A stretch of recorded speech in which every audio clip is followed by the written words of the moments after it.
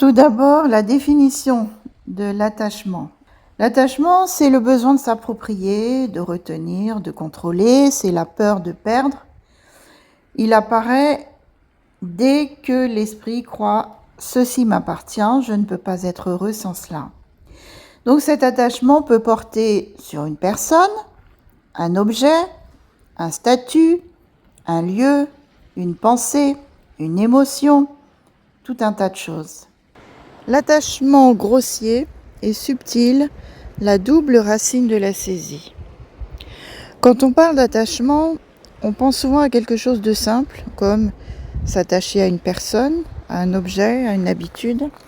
Mais sur la voie bouddhique, l'attachement est beaucoup plus vaste et plus profond que cela, et souvent plus discret du coup. Il y a des attachements bien sûr grossiers, visibles, bruyants, et des attachements subtils, silencieux, raffinés, presque lumineux. Reconnaître ces deux niveaux, c'est apprendre à voir les chaînes visibles et celles plus trompeuses faites de lumière dorée. L'attachement grossier, c'est celui que tout le monde peut repérer. C'est le « je veux ci, je ne veux pas cela ». C'est la saisie directe de ce qui nous plaît et le rejet immédiat de ce qui nous dérange. Par exemple, quand on vérifie sans cesse son téléphone, espérant un message de la personne qu'on aime, ou quand on se fâche parce qu'un proche ne répond pas à nos attentes, ou encore quand on ne veut pas prêter quelque chose par peur de le perdre ou qu'il soit abîmé.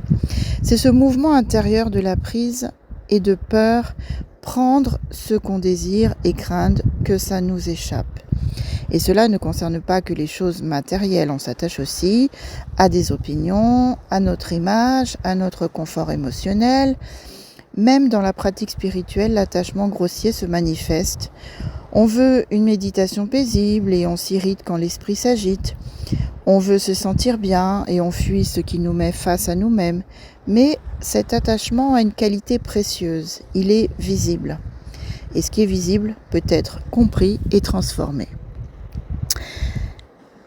L'attachement subtil, quant à lui, c'est par exemple quand l'esprit devient plus calme, quand les désirs grossiers s'apaisent, quelque chose de plus fin va apparaître. Cet attachement ne s'accroche plus aux objets, mais à l'expérience de soi-même. On est fier d'être calme, fier d'être détaché, fier d'avoir compris. On ne court plus après les plaisirs, mais après la paix. On veut la maintenir, la garder, la posséder et parfois on s'attache même à l'idée d'être libéré. C'est une illusion subtile. L'ego se divise en sagesse, il ne dit plus je veux ci, je veux ça, il dit je veux l'éveil. Mais le mécanisme est le même, une main qui saisit. Seulement, maintenant cette main est recouverte d'or et de compassion. Exemple. Lorsqu'on médite, on ressent une grande paix, on veut la prolonger, on s'y attache. Et le simple fait de vouloir la prolonger, de vouloir cette paix à nouveau, la fait disparaître. Ou par exemple, lorsqu'on aide quelqu'un avec sincérité,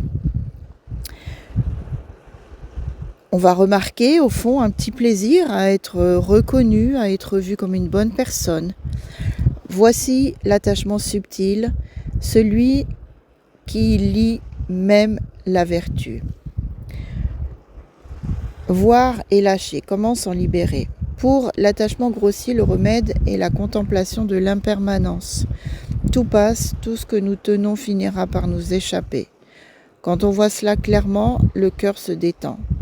Pour l'attachement subtil, le remède est la sagesse de la vacuité, voir qu'il n'y a pas de moi séparé qui possède quoi que ce soit. Tout se manifeste, tout s'évanouit comme un reflet dans l'eau. Quand on comprend cela, l'esprit se relâche encore plus profondément. L'attachement grossier nous lie au monde visible, les objets, les émotions, les relations. L'attachement subtil, quant à lui, nous lie à l'idée même de liberté. Le premier, c'est comme une corde, on peut la voir et la couper. Le second, c'est comme un parfum, on ne le remarque que lorsque l'air devient parfaitement pur. La véritable liberté, ce n'est pas de fuir le monde, mais de le voir tel qu'il est, impermanent, vide, lumineux. Quand les deux niveaux d'attachement tombent, il ne reste plus qu'une présence nue, ouverte, bienveillante, sans saisie. Alors la compassion agit spontanément, sans effort, sans attachement, comme la lumière du soleil qui éclaire sans choisir. Ne rejette rien, ne retient rien, laisse tout être vu, et l'attachement grossier ou subtil se fondra dans la clarté même de l'esprit. Alors, comment se libérer de l'attachement ? Déjà comprendre ce qu'est vraiment l'attachement.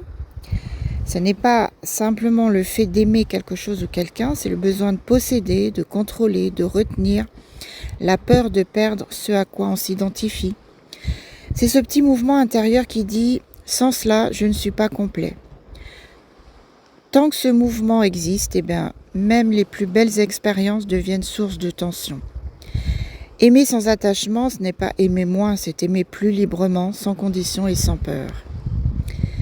Ensuite, voir la racine de l'attachement, l'ignorance et l'illusion du moi, par exemple. L'attachement naît d'une erreur de perception. Nous croyons qu'il existe un moi séparé, des choses autres qui pourraient le rendre heureux ou menacer son existence. Mais si l'on regarde attentivement ce moi, il est insaisissable. C'est un processus changeant de pensée, d'émotions, de souvenirs. Quand on comprend, non pas intellectuellement, mais directement, par l'expérience, que rien ne nous appartient vraiment, l'attachement perd sa base. C'est pourquoi le Bouddha disait « Celui qui voit la vacuité voit la liberté ». Alors comment s'en libérer concrètement ? Tout d'abord, observer sans juger. Commencez par voir l'attachement au moment où il apparaît. Pas besoin de le repousser ni de le condamner.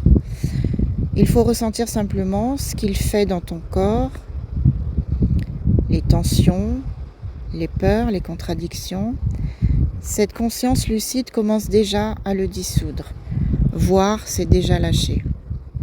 Ensuite, contempler l'impermanence. Tout ce à quoi on s'attache changera, du coup, parce que c'est une loi. Cette loi de l'impermanence est une loi naturelle. Notre corps, nos proches, nos émotions, nos pensées, même la souffrance n'est pas permanente. Il faut se répéter, par exemple, intérieurement, tout change, rien ne m'appartient. Quand cette vérité devient vivante, le cœur s'ouvre et se détend. Ensuite, il faut cultiver la gratitude plutôt que la possession. Chaque fois que l'on ressent de l'attachement, on le remplace par de la reconnaissance. Au lieu de « je veux que ça dure », on pense « merci pour ce moment, qu'il dure ou non ». Cela transforme la dépendance en amour. Et ensuite, il faut méditer bien sûr sur la vacuité et la non-saisie. Dans la méditation, il faut observer comment les pensées, les émotions, les sensations naissent et disparaissent d'elles-mêmes. Voir qu'il n'y a rien à retenir, rien à repousser. On verra alors que le relâchement naturel de l'esprit est déjà la liberté. Il faut également remplacer la saisie par la compassion. Lorsqu'on pratique pour les autres, le centre de gravité change. Ce n'est plus moi et mes désirs, mais nous et notre souffrance commune. La compassion élargit le cœur et dissout le « je veux » du petit moi. Là où il y a compassion véritable, il n'y a plus de peur de perdre.